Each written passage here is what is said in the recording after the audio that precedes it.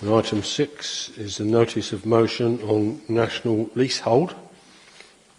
And Councillor Warner, you have 2 minutes to persuade Council to debate this evening.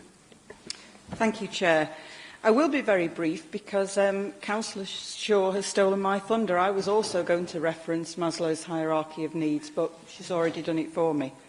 First of all, I'd like to thank Katie for coming along tonight to speak to us this evening and telling us her story and pay tribute to her campaigning and endeavours which have gone on over a period of years in government and locally. If ever there was an injustice which transcends political divisions, then surely this leasehold scandal is one.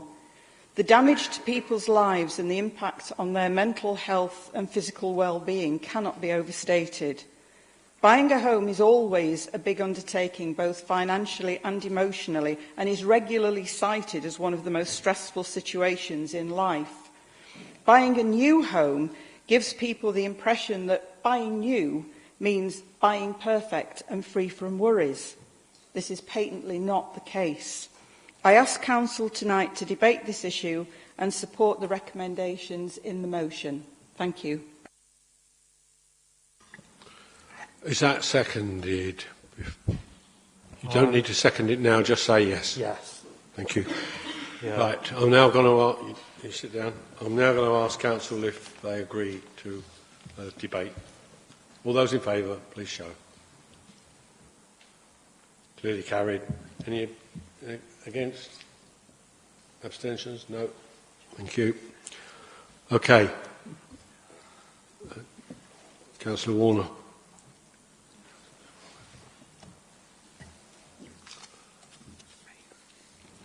Thank you, Chair. On the 20th of December 2016, one of our local MPs, Justin Madders, described the leasehold scandal as the PPI of the house building industry.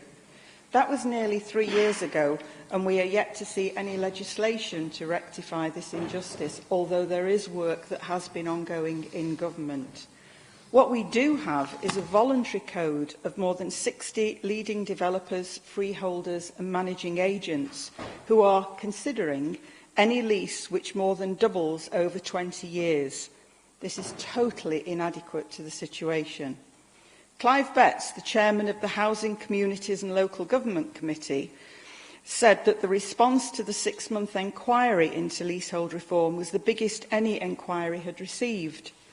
Over 700 written submissions. A catalogue of egregious conditions contained within these leasehold arrangements was brought to the committee's attention.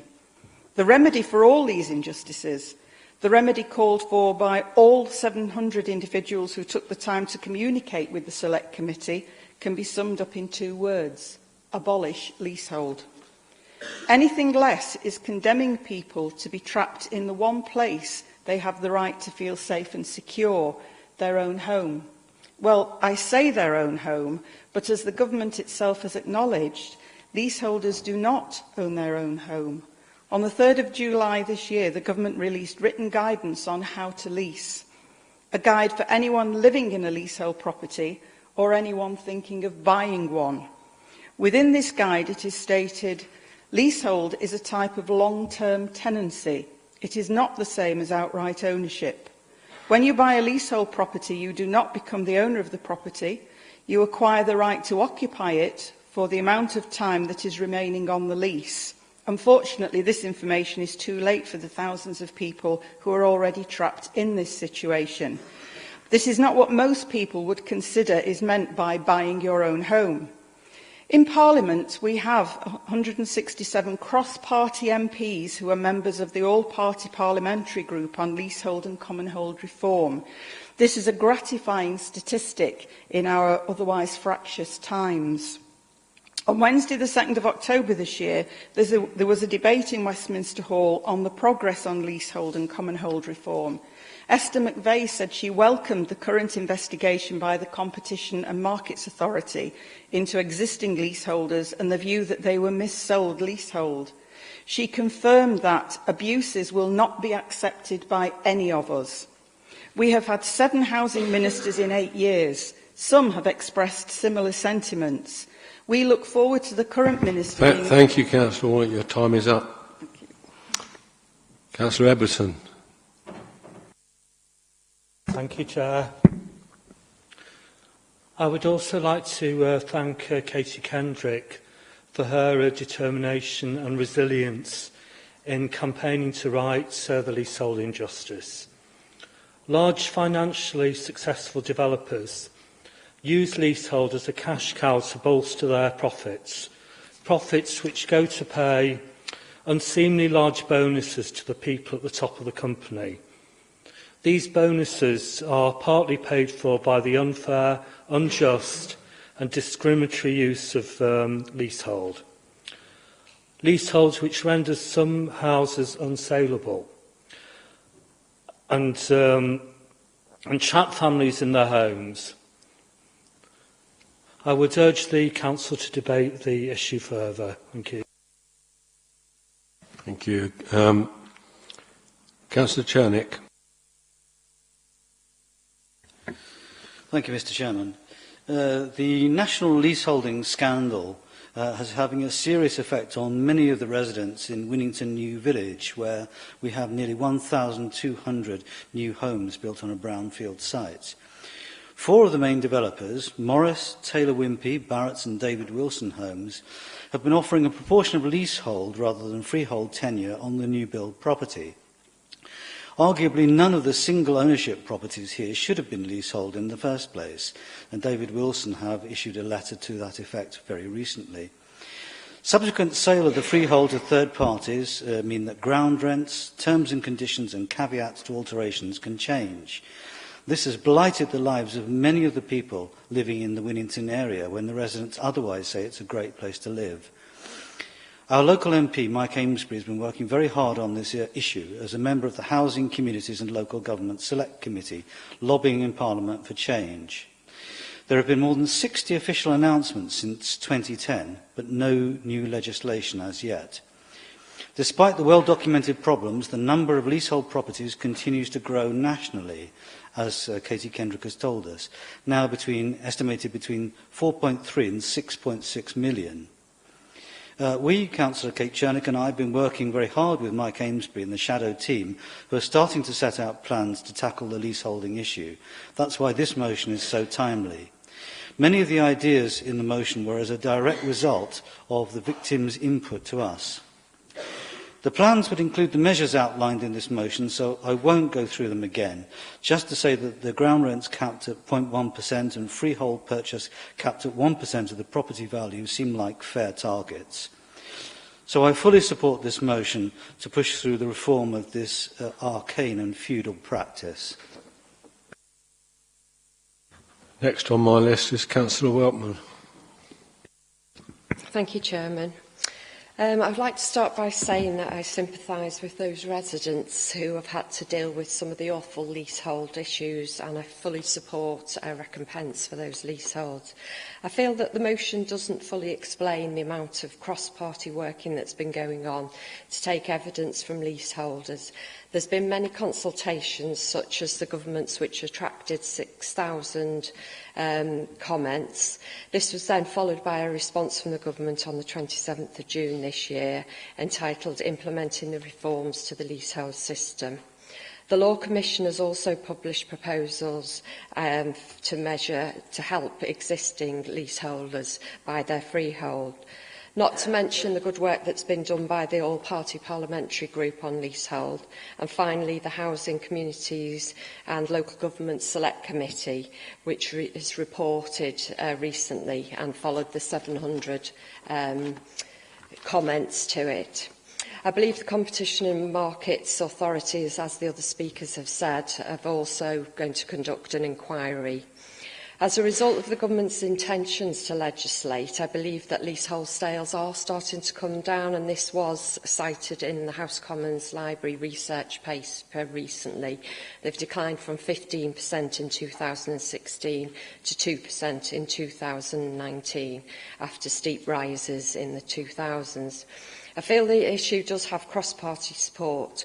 What needs to be done now is for residents in the Cheshire West and Chester area set up. I support the motion. I'm not going to bring any amendments.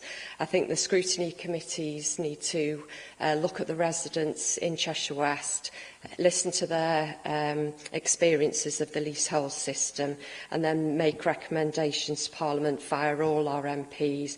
I think it is an issue at the moment that there is no time in Parliament because we know what's going on. I'm not going to mention it, but it does need to be seriously looked at. Thank you, Chair. Thank you, Councillor Weltman. Councillor Roberts. Thank you, thank you, Chairman. This is an issue which has been serious in our area for a number of years. So I'm somewhat surprised the Council hadn't addressed it before, but I'm certainly very pleased to see it is being addressed now.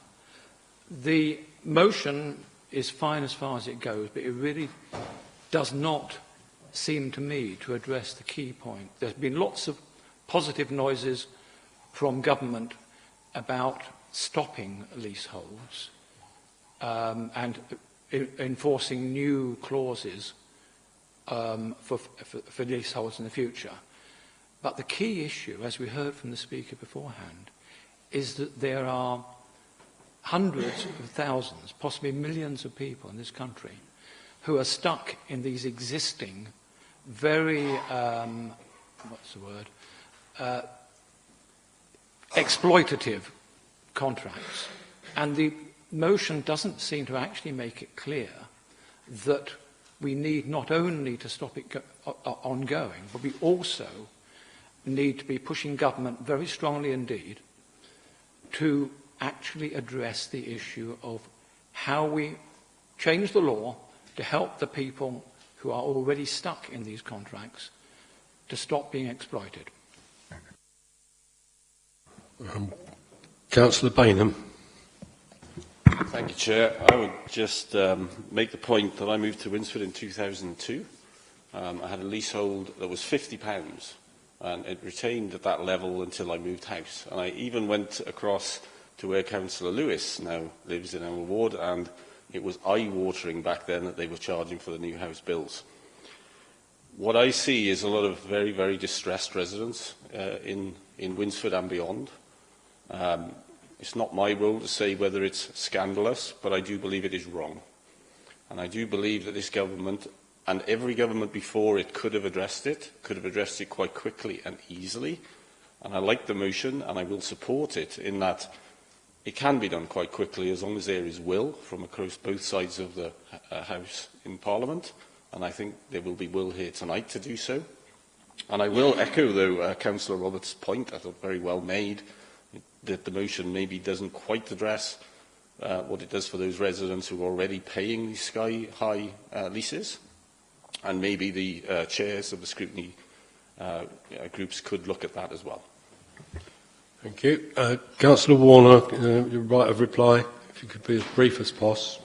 Yes, thank you, Chair. I'll be very brief. Can I just reassure the Council that these scrutiny panels will most definitely be scrutinising this issue very closely indeed.